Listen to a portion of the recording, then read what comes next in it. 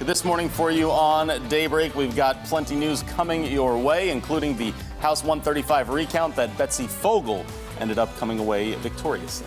And there are new guidelines for K-12 students when it comes to coming into close contact with someone with COVID-19. We explain what has changed. The Salvation Army is getting set for that holiday season as well. We've got ways that they're helping and how you can too. It's all ahead this hour on Daybreak.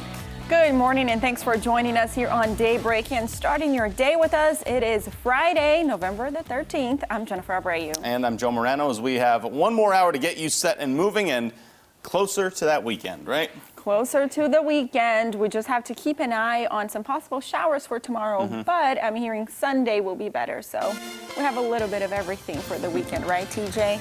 Yeah, guys, we are tracking that rain chance for the weekend. I feel like I need another cup of coffee. I feel like we're powering through. We're getting closer to the weekend. I feel you. I feel you. I need one too. I need some toothpicks for my eyes. I'm like, open them up, get them going. Last day of the week, TJ. Woo, we love that. Yeah, so today won't be too bad, too, to end the week on a pretty nice note. We will have sunshine to start, but it is cold out there, so you want to have the jacket ready to go. In Branson, we do have temperatures that are closing in on the freezing mark. I think we could do it within the next couple of hours. Now, you notice the dew point is at 32, so we're only 2 degrees shy of that dew point, which means we're starting to moisten up the lower levels of the atmosphere, and we could see some of that patchy fog again. And with temperatures dipping toward freezing, it could freeze on contact. So we'll be watching out for that. Satellite and radar, seeing some clouds, high pressure is settling in, so that will help these diminish actually through mid-morning or so. We'll have some of these kind of lingering around residual clouds behind that cold front, but a lot of us starting to see that clearing trend pretty nicely. Temperatures in the 20s to 30s, near 40 though in Mountain Home, a little bit milder in Jonesboro. It's upper 40s, 37 in Ava, 30 degrees on the dot. In Springfield,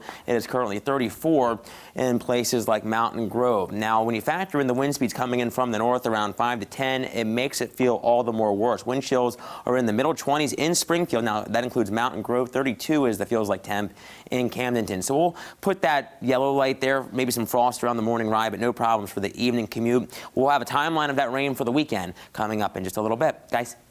Missouri House District 135 has gone to a recount, and Betsy Fogel has been declared the winner as of last night. Now, if you remember, on Election Day, Democrat Fogel led Republican Steve Helms by a mere 34 votes. Now, once all provisional and overseas military ballots were counted, that number reached 80 votes, which was a difference of 0.45%. According to the Greene County Clerk, Helms got 4 more votes in this recount, but it's Fogel who still comes away the winner in this election. This new guidance applies if a district or charter school has a mask mandate in place and all individuals are wearing their mask correctly during the time of exposure. Governor Mike Parson announced new guidance for K-12 students when it comes to quarantine and masking. The new recommendation from Parson says that if 2 individuals come in contact with one another while one is positive for the virus, the other person should not be required to quarantine if both individuals were properly wearing a mask. The original guidance said anyone directly exposed to the virus must quarantine for 2 weeks. But now, as long as the individual exposed is not showing symptoms, they don't have to. The new guidance says an individual positive with the coronavirus must still quarantine for 14 days, though.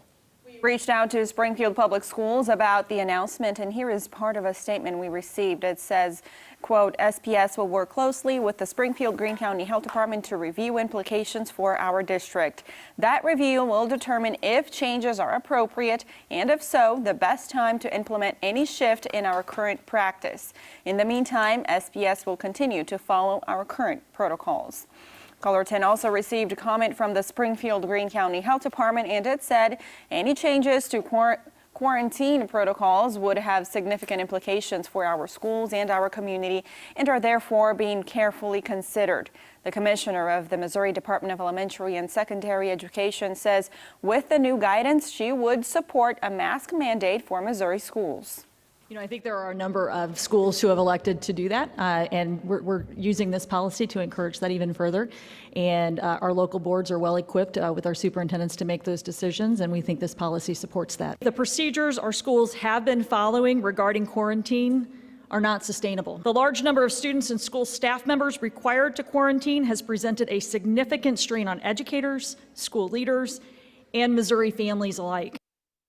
The Greene County Health Department will be meeting with other regional and local public health agencies like Christian and Taney counties to talk through this information. We will follow up on what they decide and bring you the latest on their recommendation. And new for you this morning, the Salvation Army is trying to make the holiday season brighter, as it always does, for some local families. Nigel McDonald is here to explain more about the group's plans on doing this. Nigel.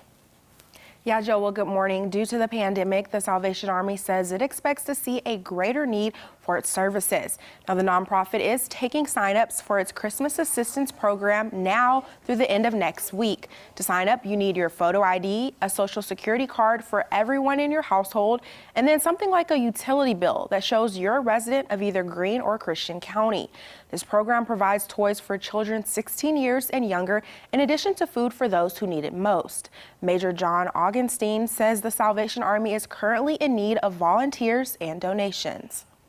Many sites have angel trees, the Walmarts have them, the mall, places where you can drop off toys, or you can now, this year, go to the walmart.com and actually order a gift from your home and have that delivered to us for a family. We're also looking to raise funds because we help people 365 days a year. So we have our kettles out. We have a virtual kettle, a new way to be able to raise money and actually ring the bell from your couch at home. Well, Major Augenstein says you can also help the organization by rounding up your purchase total when you shop at Walmart. A groundbreaking took place at Ozarks Tech yesterday. OTC says the $40 million Center for Advanced Manufacturing will house training and education for robotics, mechatronics, and automation. The center will also have space for companies to do research and develop new equipment. We see a need, and there's a need in this country, and particularly in this region, for people trained in high-tech areas, but you need a certificate or a 2-year degree. And that's what we're lacking in this community, and it's what our industry needs. And our job as the community's college is to provide those needs. The center was funded in part by an additional nickel of property tax for OTC and a $500,000 donation from a St. Louis engineering firm.